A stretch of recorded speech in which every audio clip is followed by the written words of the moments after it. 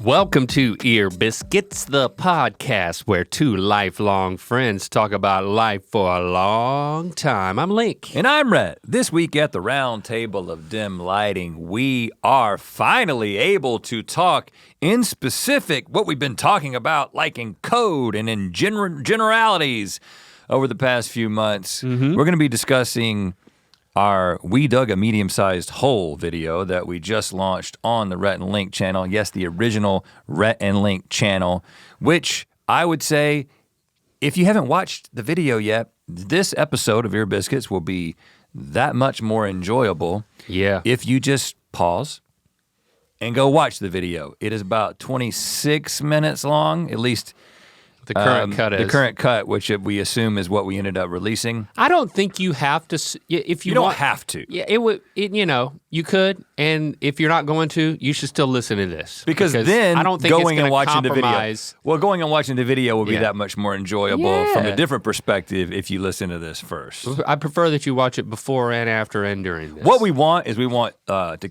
listen on this and the watch on the other thing. That's what's up. That's what we're asking of you. Here's how I'm gonna set up this episode. Okay, well, what if I want to set it up completely differently? Well, you've already set it up.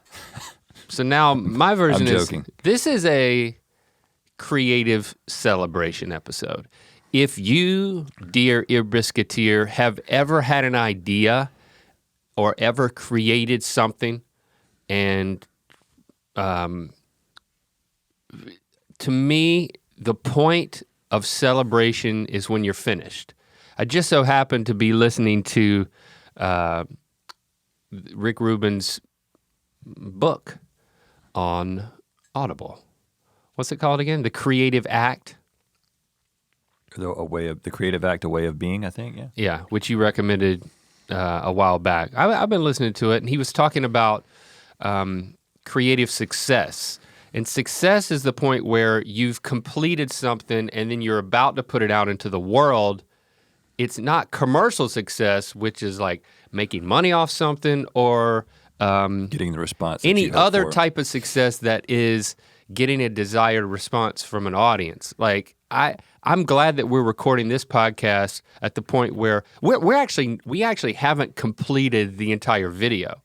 Like we've basically locked the edit, but the music is not final, and the dramatic death scene we haven't seen. Spoiler. Well, that's a teaser. Yes, there's a death scene, and it may be one of us. Is not. Well, I haven't seen that final cut either, but we kind of know how this thing is going to fully come together, and we know in the next couple of days it is going to come together. And by the time you're listening to this, it's already out into the world. But that's my point. Is that this is a celebration of having an idea, and there's a lot of stuff that I imagine we'll talk about that led up to this particular idea and the fact that we're relaunching videos on the Rhett and Link channel this year. A lot goes into that. There's a lot behind it. And this is the first of many videos, but it's the perfect time to celebrate it because we did it. We set out to do it and we did it. We can later celebrate whether people get it, whether Mythical beasts like it, if we want to, but that's a separate thing.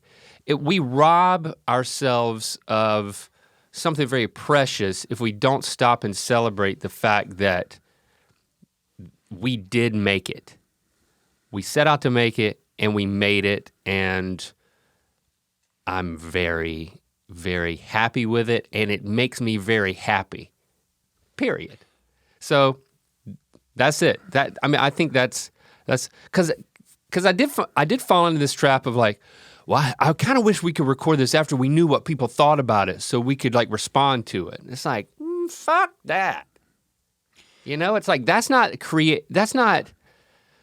robs us of this creative celebration that is now. And so back to what I was saying, if you've ever had an idea, if you've ever thought about doing something, taking a risk, making something, whether it's for an audience or not, that's beside the point. Would you join us in a celebration today of expressing ourselves. And I'm talking about you too. I celebrate you for whatever risk you're taking to put yourself out there to nobody, somebody, or a lot of people. Whatever it is, it could be anything. I bet there's a creative element to it. And I agree that it's great to talk about this before we get the response, because we have been we've been playing this game. There's the creative side, right? And then there's sort of the gamesmanship side of what we do as a career, because obviously you couldn't really do anything creative as a career if there wasn't some way for you to make money off of it, right? If not enough people liked it that we could be able to do this for a living, then we'd just be doing it as a hobby. So we're blessed with the fact that people have responded well enough to a lot of things that we've created in the past, that we sort of have this baseline and this audience that we can kind of release things out into. But I do think there is a distinct difference between the way that we're viewing the content that we're creating now, starting with this video, and there's more in the works right now, as it isn't designed. I mean, hopefully it'll be a success in the traditional sense, right? But that is not the first thought. You know, Good Mythical Morning is this thing where we've got this team, we've got this system, we have this very well-oiled machine that puts out this show, and we're going into our 12th year, and we've gotten to this place that it's this perfect environment and setup for us to be ourselves. We have a great time making the show. We've never been having more fun. Hopefully that's coming through. And it continues to be a commercial success, and it kind of has to be a commercial success for the amount of effort in the team and the salaries and all that goes into it, right? Right. And the ambitions we have beyond it that are fueled by it. Right.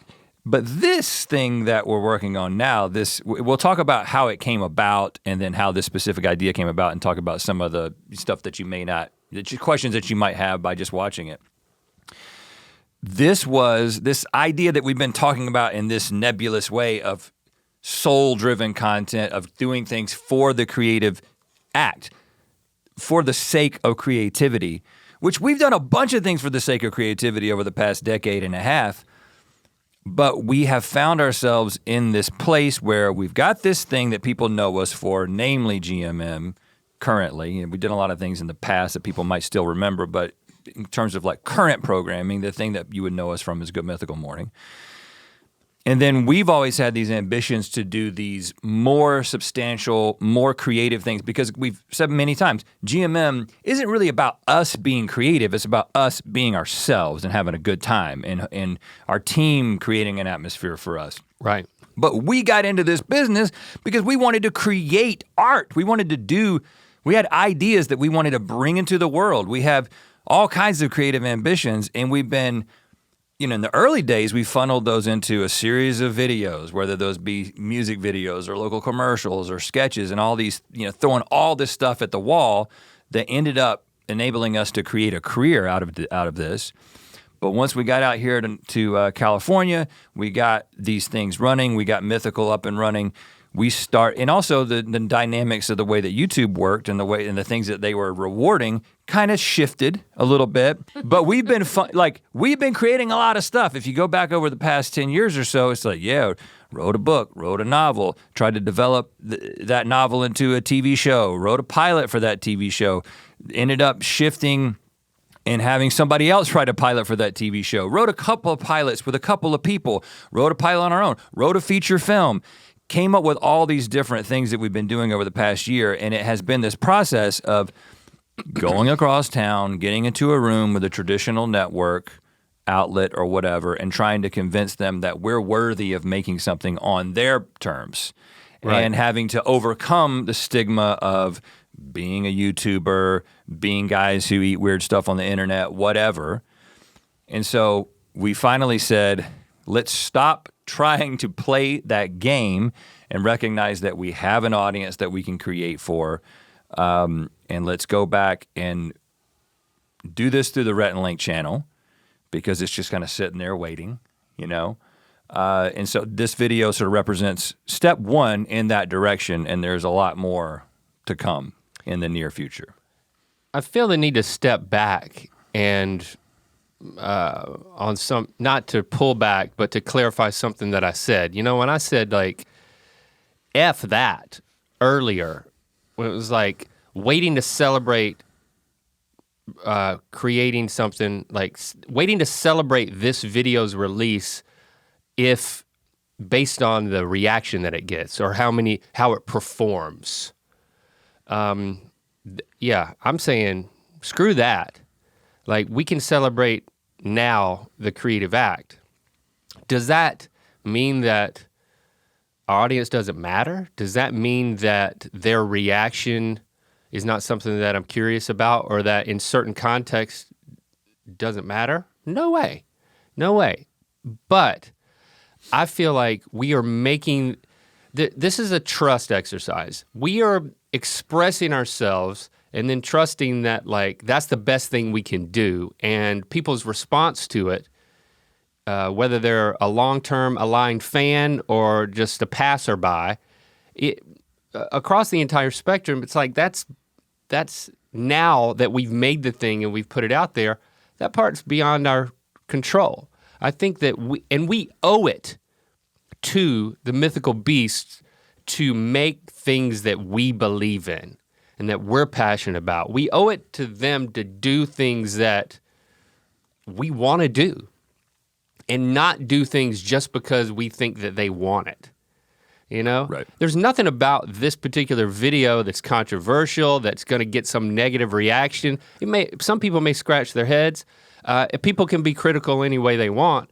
And I'm fine with that because it demonstrates this level of care about what we do. It turns into criticism, and that's even okay.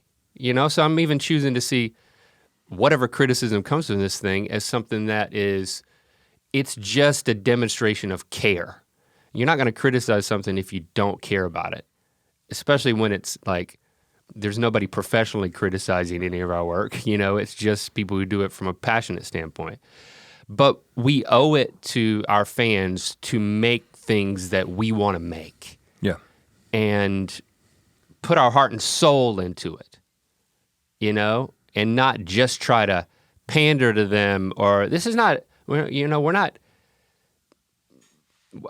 providing a service with these videos we're putting out on this channel. Right. You know?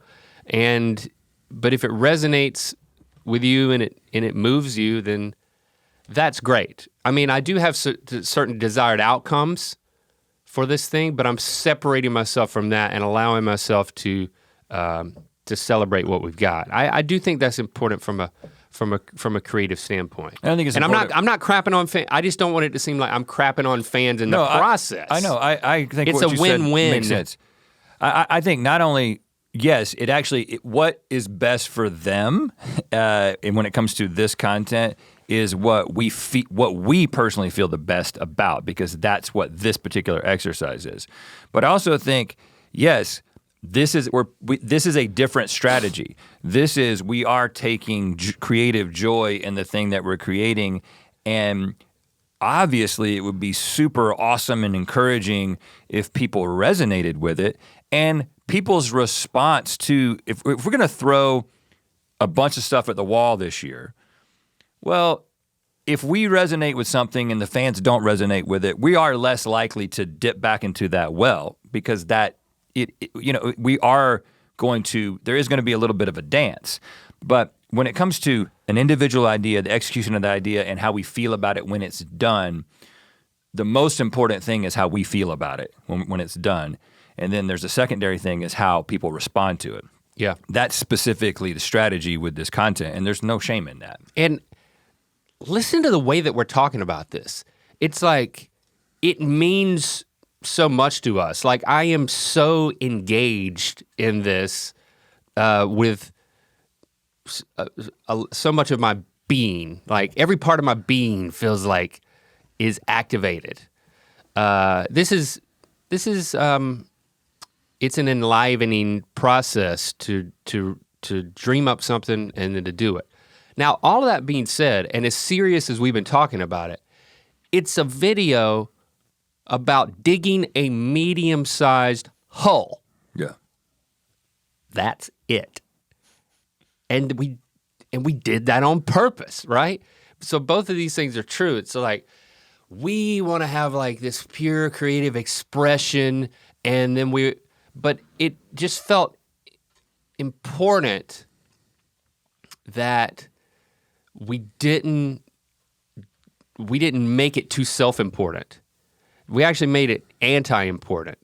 I mean, there's irony in the fact that like we're removing all these, like, all of the boxes that you would check in order to make something successful on the internet as a video. Sensationalism, controversy, nudity. I don't know, fill in the blank with whatever you want to fill in the blank with, that we kind of shunned all those things to make it more of a creative exercise. And not take ourselves too seriously. So I do acknowledge we're taking this very seriously. So at the same time, we didn't want to take ourselves. We got to have the other side of that coin. Let's just dig a medium-sized hole. Well, I think let's keep this inconsequential. I heard recently. I'm not going to make this my rec, and so I won't tell you where I heard it because it's your rec, and I'm going to save this rec. You're going to respect my rec? I have found a source of creative inspiration that I will talk about later, but this one artist was basically said, don't take yourself seriously, but take your work very seriously. And I think that is... I like that. That really embodies the way that we're seeing what we're doing. I mean, obviously, we're going to sit here and we're going to talk about it as if it's important enough to do a podcast about, but we've sort of, the fact is that if you're listening to this podcast on a regular basis, you've made the decision that we at least talk about things that you care about enough to have the right to then talk about this stuff. But we'll get into the details. Do we have permission to talk about a medium-sized hole as if it's the best thing on the planet? We'll get into the details. Thank you. But I do want to talk about the details of what I'm wearing right now. Yes, this is from what we're calling the Mythical Evergreen collection. And I guess that means that we're going to keep it around for a while. So essentially, these are, a little bit understated tees that have the embroidered M. It's got a little sheen on it. Also the embroidered Mythical logo on the right sleeve. And it comes in this color, which is olive. It also comes in black, ivory, and mustard. Nice. And this is if you're just like, hey. There's some hats too. There's a hat, and a hat comes in exactly. cayenne. I want to represent Mythical, but I don't necessarily want questions about it. No questions, just class. Yeah. Get all this and more at mythical.com. Ear Biscuits is brought to you by BetterHelp. Getting to know yourself, it's a lifelong process, isn't it? It is. And I was actually talking about this with my wife last night. Oh, yeah? That I recently, sometimes it can be Met yourself? It can be a little bit discouraging sometimes when you see how much room there is for growth. You'd be like, whoa, I have a long way to go. But I was recently just had a moment of gratitude that I'm like, I'm a middle-aged man, 45 years old, and I am very excited about my personal growth, the growth that has taken place and the growth that is to come. It makes me get excited about the rest of the time that I have on this planet. You're saying you believe in therapy. And therapy is the main reason that I'm seeing things in that way. Right. Specifically for me. Oh, I totally agree. I'm a huge fan of therapy. We talk about it a lot on this show, and we're a fan of accessible therapy. So that's why we're plugging BetterHelp, y'all. It's entirely online. It's designed to be convenient, flexible, and suited to your schedule. You just fill out a brief questionnaire to get matched with a licensed therapist, and you can switch therapists anytime for no additional charge. Ain't nothing wrong with switching therapists. It's a thing. And they make it easy. Discover your potential with BetterHelp. Visit BetterHelp.com/ear today to get 10% off your first month. That's BetterHelp, HELP.com/ear. So let's talk a little bit about how we got to this point from a practical standpoint to this video and how the team came together, because it's interestingly enough, especially as it relates to this first video, the team and one person in particular, it ended up being very important. So we worked on Inside Eats last year on the Food Network. We made 4 episodes. That was over the summer? Yeah. No. Spring and summer. No. They came out then. We shot it before Christmas break. Right. Yeah. December, yeah. 2022. In like 2 weeks in December, we shot those 4 episodes. 2021. Yeah. Just to give you an idea of how long it takes this stuff to come together. But as we're not gonna belabor the point and talk about that in detail, but I think that it's an incredible juxtaposition between what we're doing now, because this was an opportunity that we had based on Food Network approaching us. They already had a show that was essentially conceptualized. They needed hosts for it. We said, we'll do it if we get to be executive producers and get to be very involved in the creative process. Long story short, as much as we were involved in the creative process, we were making a show for the Food Network, and the final product was very much what the Food Network wanted. In fact, what they wanted, at many different turns, usurped what we wanted. And what we ended up getting is a compromised product from our standpoint, right? Right. And that's the nature of working in traditional media. And it's not a game that we'll never play again, but it's not the game we're playing right now. But there's 2 things that came from that experience. The first thing, it's just another reminder of what it's like to go through that process of developing something for a traditional outlet and going through the process of producing it. And it's just compared to the independent creator game, there's things that are better about it, certain things that are better about it, namely financially, but almost every other aspect of it is more frustrating and less rewarding, right? Again, not ruling it out. There's still pitches that are out there that are in different stages, whatever. If they come about, we'll probably work on something else. But as compared to what we're doing right now, it's a completely different process. So it was that lesson, that reminder. It was great that it was great that reminder came last year and was kind of resonating in our minds as we moved into this process. Yeah, by the time Thanksgiving of last year rolled around, we were starting to get very specific about the plans that led to the relaunch of the Rhett and Link channel. Yeah.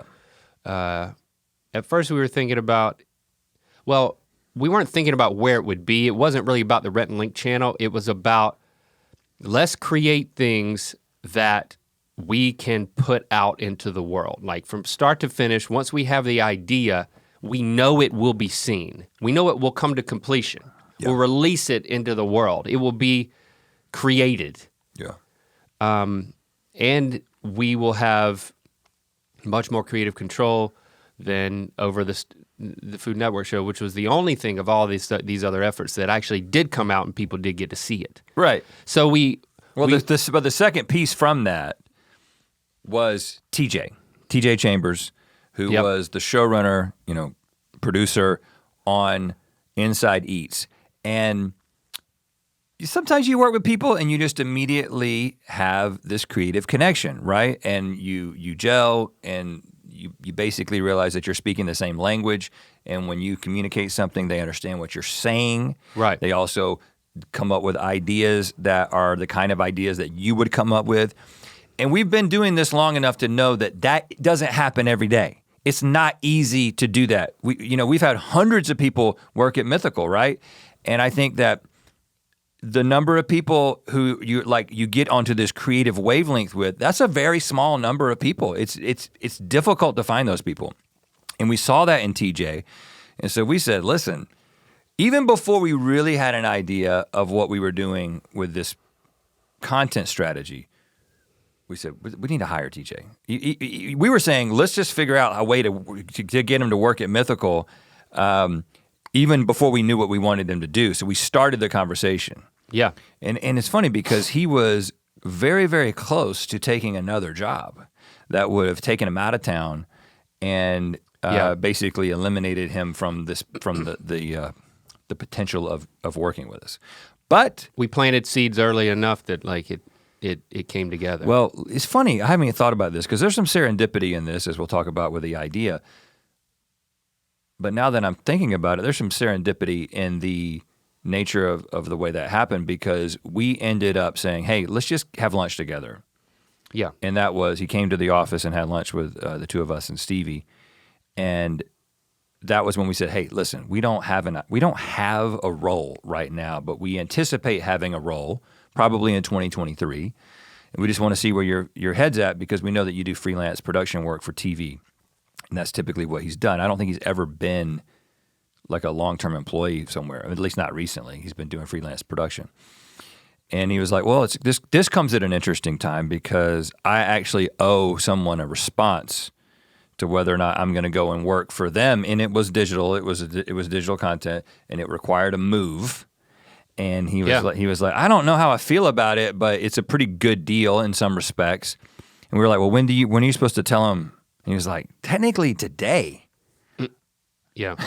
You know, and it's like we had scheduled this meeting based on our schedules, and it just coincided to the day that he needed to send this message. And he ended up telling us later, we were like, wow, boy, I wish we could just say, yes, you have a job here, but we can't say that, so don't let that affect this opportunity. But he ended up not taking it, and one thing led to another. And now he is leading that team, which you can kind of describe how that team came together. I think it was on it. important for us to, build a team, because we didn't, our existing team here at Mythical, no one had enough margin to just like say, oh, you're great for this and you're not doing anything. Or, there were certain, so we had to kind of pull things together. We had to pull TJ from outside, and then Ben, who was our DP and co-director on lots of things, just celebrated 10 years here at Mythical. He was hired by Stevie like weeks after she started. And he's been in development and directing on the Mythical Kitchen channel for a good while, and we were like, okay. But just so you know, he was the one who was essentially co-directing, but directing the photography and making a lot of creative decisions on so many of the classic Rhett and Link things, like OCD, I'm on Vacation, those sketches we did for that Sketchtober back in whatever year that was. Buddy System season 1, DP. Yeah, and also, he was our closest creative collaborator on Hazel last year, or whenever that was. Right. So we knew we needed him on this project. So we had to like lay some groundwork to migrate him off of Mythical Kitchen and backfill over there. Like Morgan stepped into more of directing over there, and Elise stepped into more of into a more developed role. A lot of people started moving up. So it's like, it was kind of a fun little game, which gave people, a lot of people opportunity, and then allowed him to kind of come over here with us and like us to get, because we talked about getting back to our roots and like the way that we used to do things and the way we used to work with Ben. And like he met TJ, that was, seemed like they were hitting it off, and like we were off to a good start. And we've been talking to Jenna about her being able to move into like expand her roles and her contribution here. So we were like, all right, look at all the stuff that you did in helping with our vlogs when we were doing those back pre-pandemic and start of pandemic.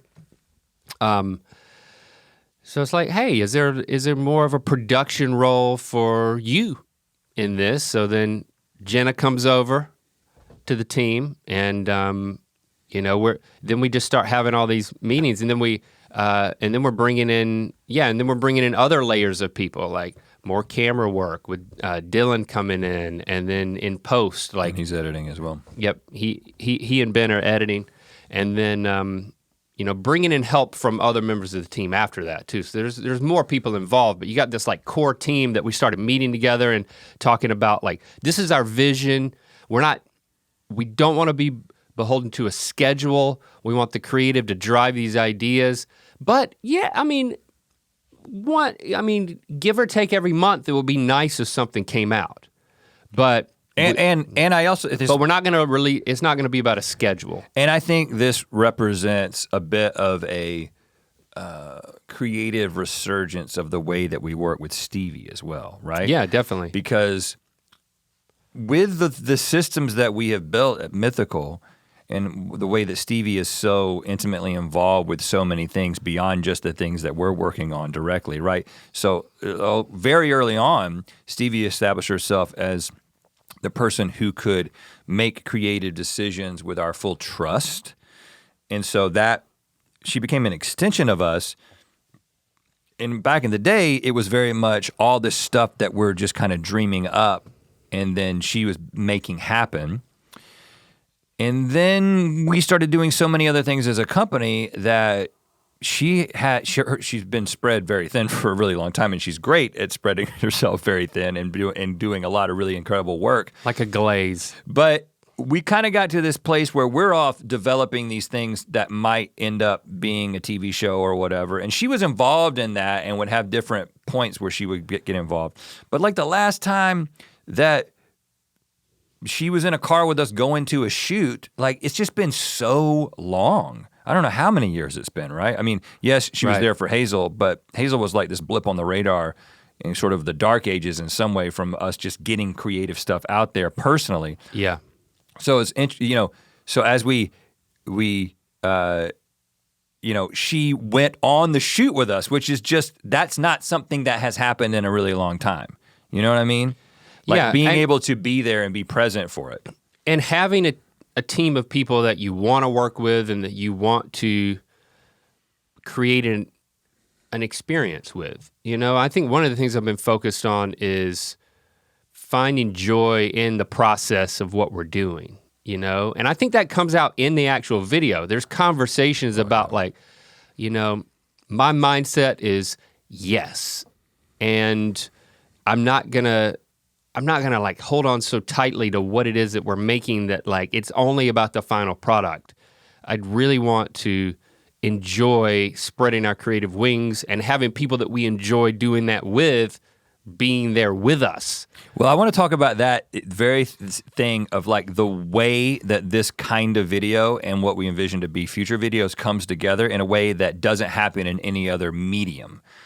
But first, let's talk about the way the idea came about, because it was the thing I hinted at in my 3-year deconstruction update as one of these synchronicity things that was happening. I will say, this was not our first idea. No. This was not our second or third. I would say we had maybe 6 or 8 ideas. I think we had about 30 ideas. Oh yeah, I guess you're right. I mean, so I'd been working on a document over last year, just slowly adding ideas. Right. And then we had a meeting where I kind of just like threw them all out there, and it's like what resonated, which was, I mean, there was a bunch of really bad ideas in this because there was no filter on any of them. But the point was the breadth of type of our approach to videos is pretty wide.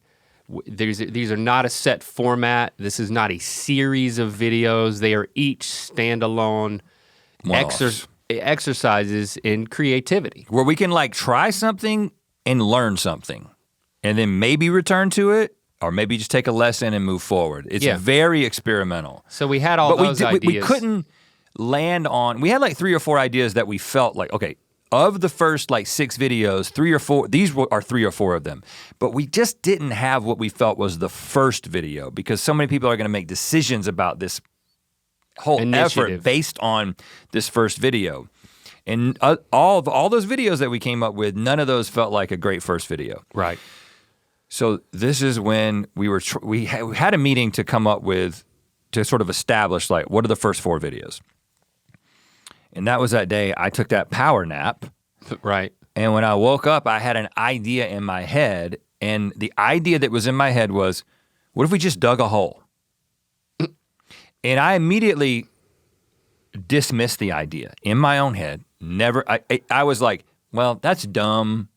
And I don't know why I had that idea, and it just feels stupid. And I wasn't thinking about like an anti-internet idea, which we'll kind of get to why we end up gravitating towards this. Yeah. But that was literally the extent of it. No development, no real consideration. It was just kind of plucked out of the ether. But definitely very much a specific idea of what if we just dug a hole. And then later that day we had the meeting, and TJ starts the meeting with saying, I have an idea and I love it.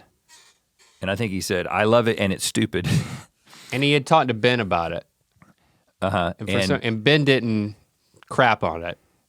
I think he liked it too. And I'm trying to remember if when he pitched it, did he pitch the full title? I can't remember. I think it was. I think he did. I can't remember. But he essentially said, that's his story. He essentially said, all that happens in the video is you guys dig a hole, but you take the digging of the hole incredibly seriously. Yes, yeah, that's what it was. You take it like it's about the process. And immediately the first thing I thought was, holy shit, what's happening? You know? And again, listen. Wait, this is my idea is what you said. You can't have it.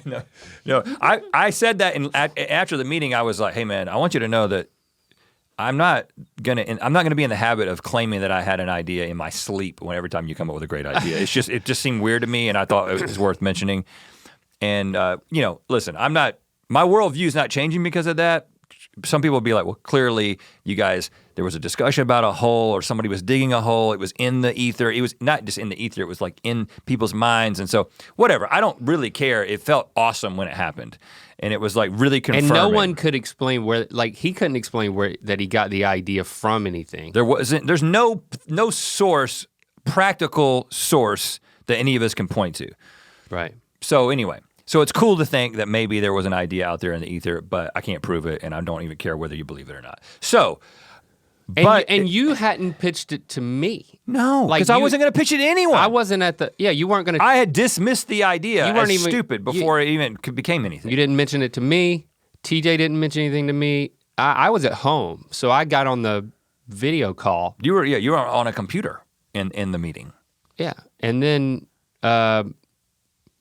he pitched it, and that's when you told him, I love this idea because I had it. Because I've already had it. Because I've already had it this morning while taking a nap, which is hilarious. But it immediately resonated with all of us because we could devote ourselves completely to the creative exercise of something that was so low. It was just anticlimactic. Yeah. Anti-sensational. The fact that it was like it didn't seem like, even in a best case scenario, when you try as hard as you can, it's not like this thing is going to break the internet. It's not going to be. And so it's not, but from the ground up, it's not a manipulative exercise. It was freed up to be more of a creative exercise in the journey we're taking you on than in the destination. Because we already told you, at the top right there, we dug a medium-sized hole. Set your expectations low. That's not what this is not about you getting wowed and you feeling like this is something you've never seen before. It's not about the hole, it's about how we go about it. So then we wanted to surprise you and reward the viewer with this journey of, I mean, really, I've been saying it so much, but creative expression. It's like, what can we do? How much fun can we have with this inconsequential idea? And I don't know if it made it in the final edit. It was in there at one point, but I'll acknowledge it here because it's based this idea that you're throwing out there. So of all the videos that you can watch on the internet, on YouTube, of people digging holes, the ones that will pop up when you search are going to be much more, the hole is going to be much more impressive than what we did in the video, right?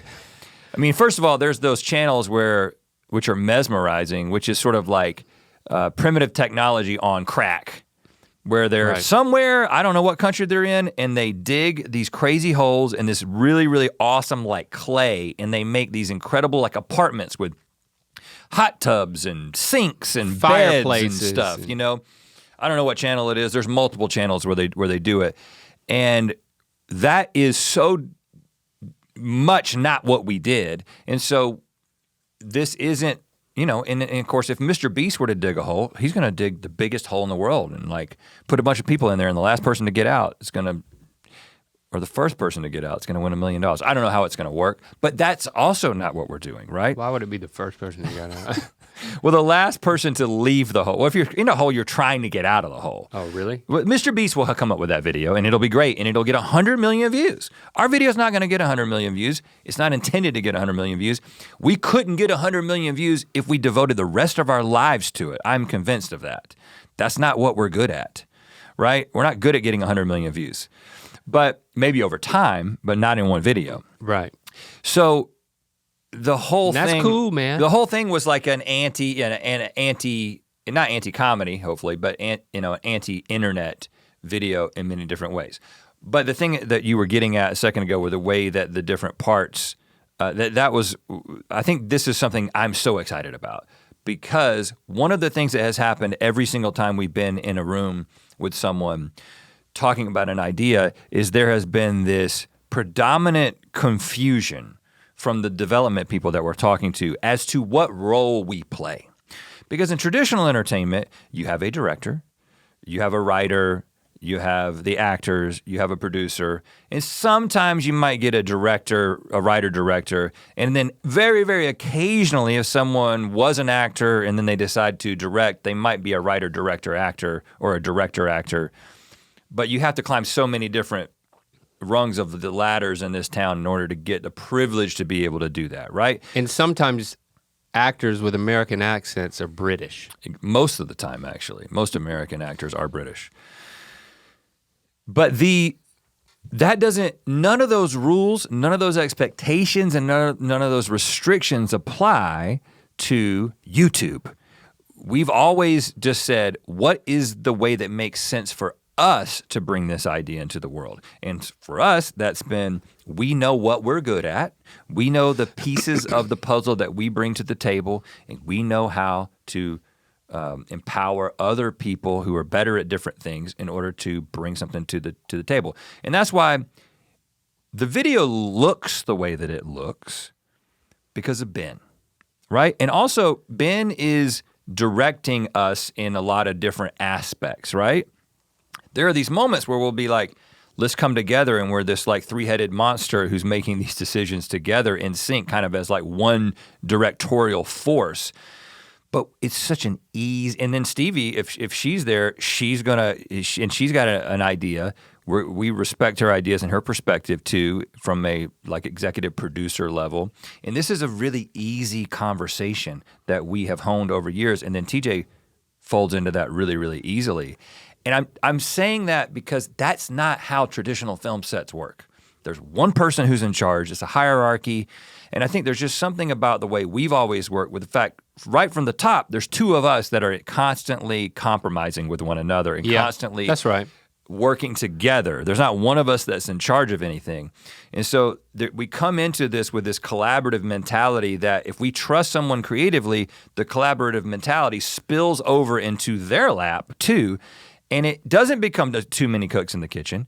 Sometimes maybe in post, in the edit, it can get a little too many cooks in the kitchen, but I don't really think that happened on this one. But there were moments when it's like, okay, there's 4 or 5 people with an idea, but we ended up getting what we all felt was best ultimately. But I just love the fact that we can know, and then things like the song. So, well, even before we get to that, I'd like the planning part. I really enjoyed being in a room and trying to land on what this thing was. It's like you have this idea and you have ideas that you want to explore within it. And maybe there's a little bit of commentary that we're throwing out there about internet videos in general. And there's also a lot of self-deprecating humor about what we do. I mean, like the magnet thing obviously was like, it's intended to be it's real, but it's intended to be a joke. Making fun of ourselves and the internet video culture.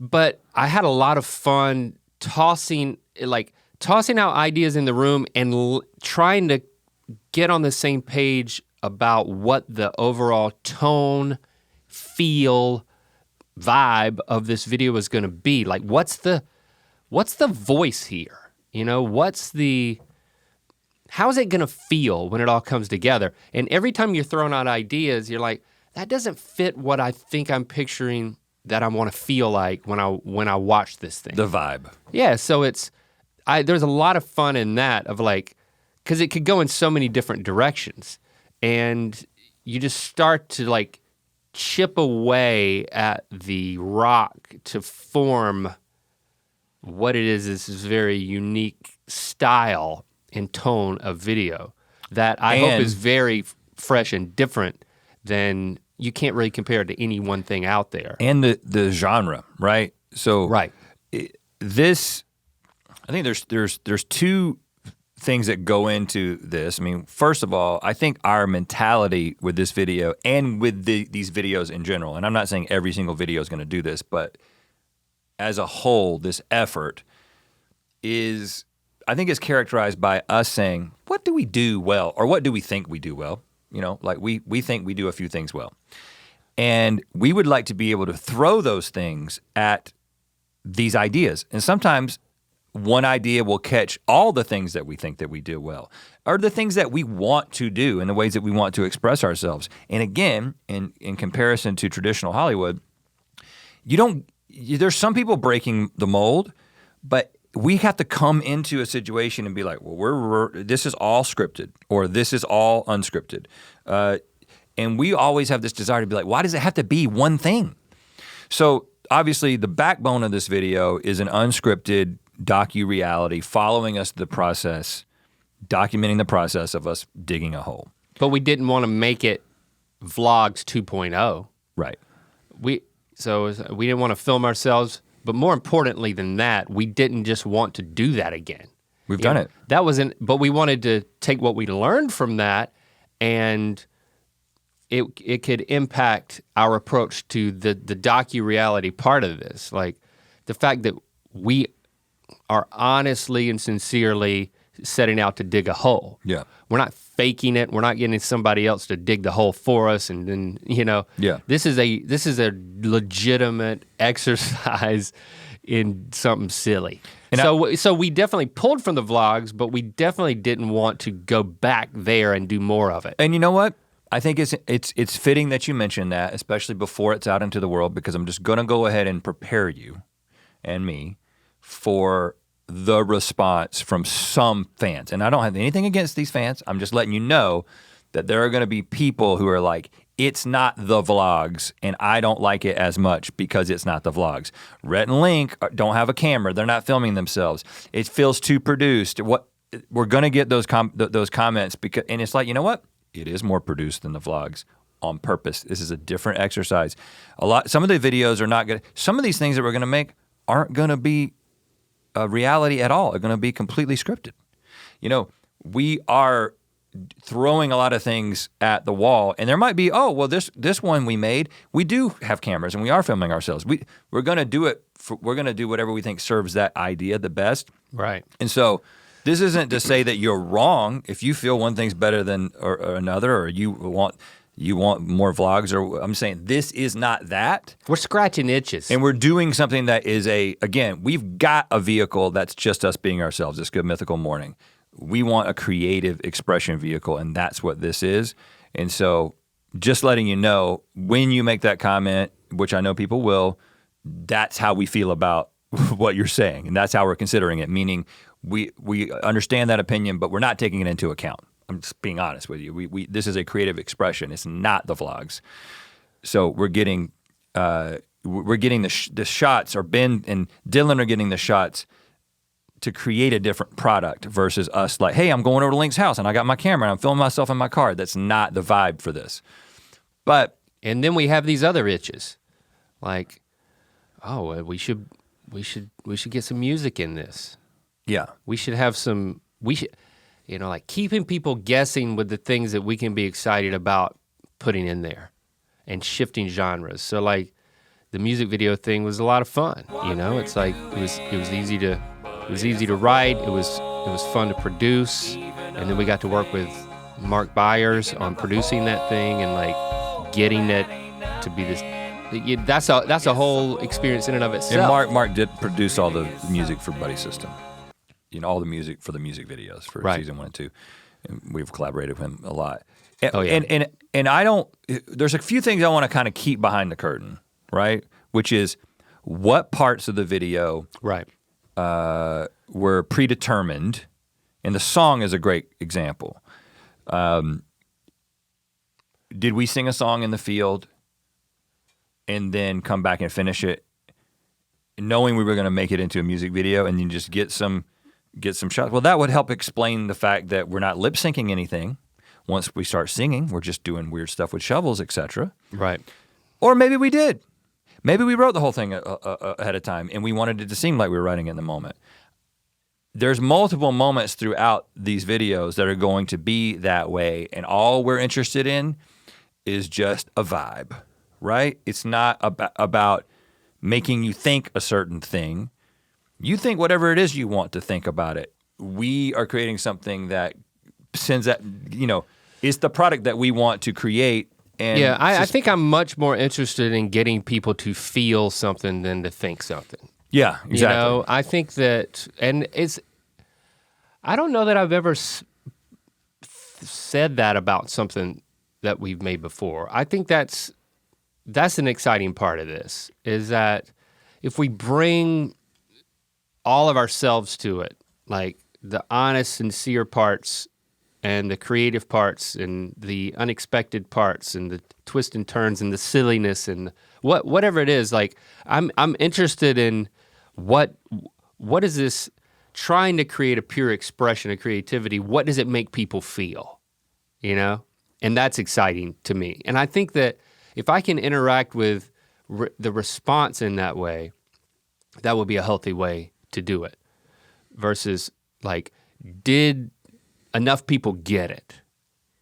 Versus, and a lot of comments they're not typically about feelings, Sometimes they are. But like a video about digging a medium-sized hole, how many comments are we gonna get about how it made you feel? Like, I almost don't like saying this because I feel like I'm asking people to do that. And I'd rather have not said it and just, that's what I'm after. And if it doesn't come through the comments, that's because people don't comment enough about their feelings, is what I'm gonna say. But so writing, like having music, being able to produce that, just having and then the surreal elements, like towards the end. Saying, hey, we can play in this sandbox. Like, I think we're gonna have to literally build a sandbox for someone else to play in. Yeah. So that particular scene, with the mole, with a puppet, I don't really. Yeah. Because I'm not a fan of puppets. Yep.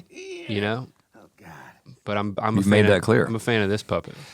And I don't think I'm gonna have any I don't know. I'm not a fan of acapella either. I don't want to have any acapella in it. But we've done that too. We kind of do. I mean, it's got some stuff, but it essentially is like a old school acapella song. But that particular, the decision to do that, again, it was this, all right, well, we like making scripted stuff. Like we've always loved making scripted stuff. Is it what we're best at? Love making scripted? Is it what we're best at? Scripted love making? No, we're not. Like if you, I think when you think about things that we're really good at, I think Good Mythical Morning and making a show like Good Mythical Morning, I think we're really, really good at playing that role in that way compared to like other people in the entertainment business. But the entertainment business in the scripted world, there's so many more people who are way better at that than we are, but we love doing it. Right? Now, sometimes if we throw ourselves completely at like a completely scripted project, it exposes some of our weaknesses in one way or another, right? But I think that when we're like, hey, we've got this isolated moment where we can call on a favor from a friend, and that friend happens to be Tony Hale, he's got some pretty recognizable voiceover work. Yeah. To be the voice of this mole. That is just something that is exciting to us, like being able to say, hey, let's write this really short thing that's like 90 seconds or whatever. Let's send the script to Tony. He's in Rome working on a film, and he's gonna just do the voice into his iPhone, and that's what we're gonna use, Right. And it's gonna be good enough, and it's gonna create this weird moment, and then we're gonna get dad magic. Now, first of all, if you wanna know the story of the puppet and the trials and tribulations of said puppet, being a member of the Mythical Society, this is another reason to be a member of the Mythical Society, because the behind the scenes for this video and specifically that moment is something that unfolds in a BTS on the Mythical Society. And by the way, that is what we're going to be doing for all these videos. So there's gonna be kind of peeling Stories. back the layers of how things happen. Not always gonna be behind the scenes, but like certain stories from each video. I think the story of the mole and like how it came to life and I guess died. Shh, he's spoiling it. Oh. But maybe they've already watched it. But yes, Mythical Society is going to have that for every single video. And if you like, we also plan to be able to discuss and go into more detail about these videos on Ear Biscuits when it makes sense. I mean, right now we're talking a lot. We've been talking a lot about like the whole idea and the whole initiative. Moving forward, since we've done that, we'll be talking more about the specific thing that we're making if it warrants an Ear Biscuit, which I think for a lot of these it will. But yeah, and being able to see that, in fact, as we're recording this, it was just yesterday where we filmed the final scene with the puppet, because of, as you'll see on the Mythical Society, things didn't necessarily go as planned the first time. But seeing that, and right now when we watch the edit, it says mole footage on the screen really big when you hear Tony talking, but then you just see the footage of us on the other end of the shovel. Right. But I personally love the fact that it goes from this, oh, we think we're done, to, no, we're not done, and now we're talking to this mole. I love stuff like that so much. And to be able to put it in something and not have to ask anyone's permission, and just, it's in the world. And he's a dirty mole. Yeah, really dirty mole. I mean, what would you expect? I mean, he's got a dirty mouth. He's got dirty fur. He's got a furry butthole that's dirty. But yeah, he's got some spicy language. Kiss my dirty hairy ass. He's a dirty mole. What was your favorite part of this whole thing so far? Or now that it's done?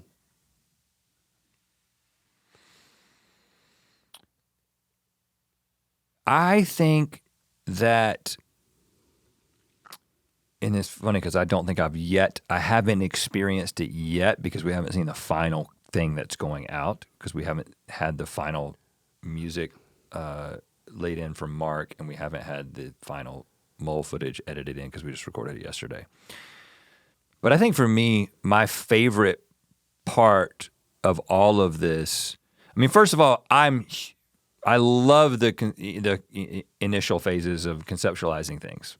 That's always going to be like the most exciting thing for me, like the initial idea, and then the sort of initial, like, as it comes together, and then this will happen, and then this will happen, and then, oh no, and then we'll bring in this other thing. Like, that is super exciting. I'm most engaged then. And then sometimes it's like, well, there's process that goes into making things actually happen. And, you know, I'm like, okay, yeah, okay, whatever. Yeah, like, now let's get to the final product of how it all comes together. So the other bookend for me that is so enjoyable is when we can watch what we made and have a feeling about it. Yeah. One of my favorite parts was, and Jenna, I'm gonna ask you what your favorite part is, so heads up. Okay.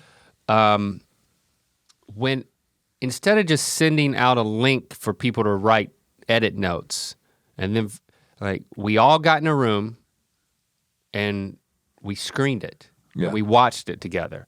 And to me that was important because it's the camaraderie of we're making this thing together. We're all invested in it, and then we're watching it together. And you get laughter in the room, you get reactions, you actually learn things from that, and it makes the final product better. Yeah. But the main reason I wanted to do it is because it would just be a fun way to give notes, you know? And I just think it was more profitable too. But I also had a lot of fun on the excavator. Yeah. I think that was Yeah, that was risky. Yeah, that was fun. That was one of my most fun parts. I actually had, I think during the making of it, my most fun part was when you were on the excavator and I was mimicking you on the ground. Oh well, and I didn't know until afterward that you were doing that. Some of that, some of that is in the edit, which is great. You wanted more of that, but you want your own. Well, the funny thing is it took a while, and I did so much like interpretive dancing. Were you sore? I wasn't sore, but I was exhausted. I mean, it was over an hour, right? There could be a cut. You probably didn't dig for an hour, but it was at least half an hour. And I basically was doing this dance thing, just like feeding off of the energy of you in the excavator and digging my own little hole. It was beautiful, Rhett. And it was beautiful. It was pure, I think what really it was. I didn't see you at the time, but it was beautiful. It was pure joy. In post. It was pure joy. I knew that some of it was gonna make it into the edit, and so it was performative. Yeah. In one sense, but the majority of what I was feeling at that time, I think it was a interpretive dance expression of the way I feel about the fact that we're getting to do this. Nice. That we finally, and listen, we only have ourselves to blame, and I don't blame ourselves, and I have no regrets. Because people might be like, why didn't you start making stuff like this earlier? Why did you try to do all this other stuff? There's a time for everything, right? It's like this is coming in. Itches to scratch. This is coming in exactly the right time. I've never been more excited about what we do creatively. But I think that the interpretive dance, which felt, the funny thing is like I remember going over to, like I heard Stevie laughing because it was all MOS, so it didn't matter that people were making noise. By the way, the excavator was making quite a lot of noise too. It was, yes. But I just remember going over to Stevie and I was like, I hope that was as funny as it felt. Like, sometimes you're just doing something and again, it's this little almost incidental moment in this thing, but I was just having so much fun because again, that wasn't planned.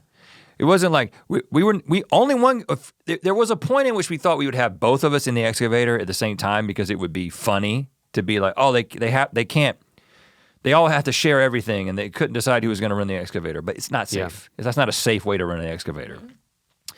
No. It's also not terribly safe to have someone like within the range of the bucket and the arm dancing with their eyes closed, especially when you're operating the excavator. Your eyes are closed? At times, I was completely in the moment. Yeah, man, that was dumb. But again, I was like, well, what am I gonna do? I've had to do something. I have to interact with this thing. Were you scared for him, Jenna? There were a few moments when I was like, I did the whole safety briefing. Yeah. And now the safety briefing was completely out of my mind at that time. Completely out of the mind. Yeah. But again, that was just one of those. There's the things that you plan, and there's the things that you don't plan. And it's funny because one of my favorite parts of the video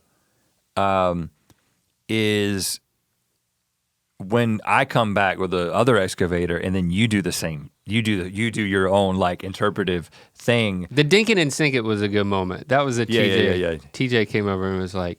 He's like yelling at me. He was like, you should probably do like a dink it and sink it. I'm like, I love you. With your shovel, yeah. Jenny. Hey, Jenny. That's what we're calling Jenna on this project. Her codename is Jenny. Jenny, what was your favorite? My codename for the shoot was the shoveler. Yeah, you were. She taught us how to properly transport shovels. Yes, yeah, we had a whole safety briefing. How to hold a shovel. TJ's nickname was Scoops. Okay. You guys shovel missed gal? The whole thing. That's you? Yeah, I was the shoveler. Yeah, you hold the shovel with the spade part down. Yes. And you walk with it that vertically. Way. Uh-huh. Yeah. Don't put it over your shoulder. Nope. Don't put it under your shoulder. Mm-mm. Hold it in the middle of the handle with the spade part down at the ground. And nobody got hurt. Nobody got hurt? Mm-mm. Was that your favorite part, that nobody got hurt? That was, yes. I loved that nobody got hurt. That was great. But I also loved being able to ride the excavator as well. You positioned it, and then you filled up the hole, right? TJ and I filled up the holes, yeah. It was like dark, and the sun was like, there was just a little bit of sun left. I mean, we could have done it. We just wanted you to have your fun. I literally did. fun. I literally wanted to fill in that hole, and I was like, I know that Jenna and TJ want to do this. It was fun, but yeah, it did take all night. Plus, I ended up having to stay overnight with the excavators for security reasons. But you stayed in the RV. Yeah. But you were alone, and I gave you a big knife. Yes, which I loved. It's such a cool knife. I have a giant. If you want to get that for me for my birthday, I have do a like giant hunting knife in the FJ in like the camping area. I took a photo of myself with it and sent it to Laura, and I was like, "Hey, don't worry, I'm in the desert, but I have this huge knife with me." It's a big knife. I mean, I slept with it next to me, and I slept so good. Oh wow, it was sheathed though. It was sheathed. Okay. Yes. yeah, you I'm don't not. want to be grabbing that thing. No, in no. your dreams. You don't want to take knife advice from me. That's a bad sign. When I'm the one telling Link's you not allowed to touch that knife. what No, to do no. and not do with the knife. So that was your favorite part. I'd say that, and yeah, I think. Nothing related to me. Okay, I get it. No, I loved watching it as well, like watching it all back and hearing everyone laughing and getting the reactions. It was really nice. Because we usually don't do that for edits. that was so fun. that was fun. It's just like we're getting to experience the different stages of a creative process, including not committing to a schedule. You've mentioned that earlier, but I think it's important because everything that we've done over the past 10 years has been like, we're doing this and we're doing it every week, or we're doing this and we're doing it every single day. Yeah. And that's not the deal with this. We're approaching this in the cadence of the release of these videos and the process of development of each one of these videos as if we have this portion of ourselves and our company that is cordoned off as a traditional YouTube creator. Most of the YouTube channels that you watch, they might be like, oh, every Tuesdays or Thursdays, but usually they're like, guys, sorry it's late this week or whatever. We're actually embracing a little bit of the chaos of the earliness of our career, where it was like, you have an idea, you figure out what it takes to make it, you make it in a certain amount of time, whatever it takes, and then when you get it right, you release it. And that's what we're doing with these things. We're not overly committing to a schedule whereby which we become essentially beholden to meeting this cadence. And that's when things sometimes they don't get as fun. We want this to remain fun because we want to stay really engaged with it. And we have so many things that we want to do already. Ideas are there's not the problem. so many things that we want to do. I'm excited already about the next one and the next one and maybe even the next one. But like the next one is, the amount of risk involved. The fact that like there's a genuine question. We don't know how it's going to go. Of how this is going to go is very exciting. Because we're not in control of everything that happens. I'm actually exploring like the concept of, and talking about it some in therapy, about like, how do I understand the difference between anxiety and excitement? Because they show up in very similar ways in your body. You start to feel like you got butterflies, and like I lose my appetite, and I wake up and like I have this like, if I feel like things are out of control, I'll have like a free falling kind of a feeling, but just a nervousness devoid of the free fall feeling, I think is just that I'm so freaking excited about the fact that we're taking a genuine risk here. And we don't, it's a dynamic question that we don't know what the answer is. And that's gonna be that. That's why we're doing it, Mm-hmm. And then we're sharing it once we know. So I don't want to tease it any more than that, but that's how I look at it. Because tomorrow we're going out and shooting part of that. Yeah. Yeah, so we're kind of, again, it's good to stop and celebrate because we're on to the next. They're overlapping because, again, while I said we're not committing to a cadence, we do have like 4 videos planned right now and then, we're going to try to, like Link said, hope to get to like once a month, but there's multiple things in process on multiple videos right now. We're planning, and then you got to shoot, and then you're looking at the edit, and I don't know. Things are going to get very busy, and they already are, but it's doing things that we're so excited about that it doesn't feel like work. You know? It just doesn't feel like work. That's a good place to be. I'm very, very, very, very excited. So thanks for giving it a watch or multiple watches and sharing it with people. And yes, letting us know what you think and what you feel.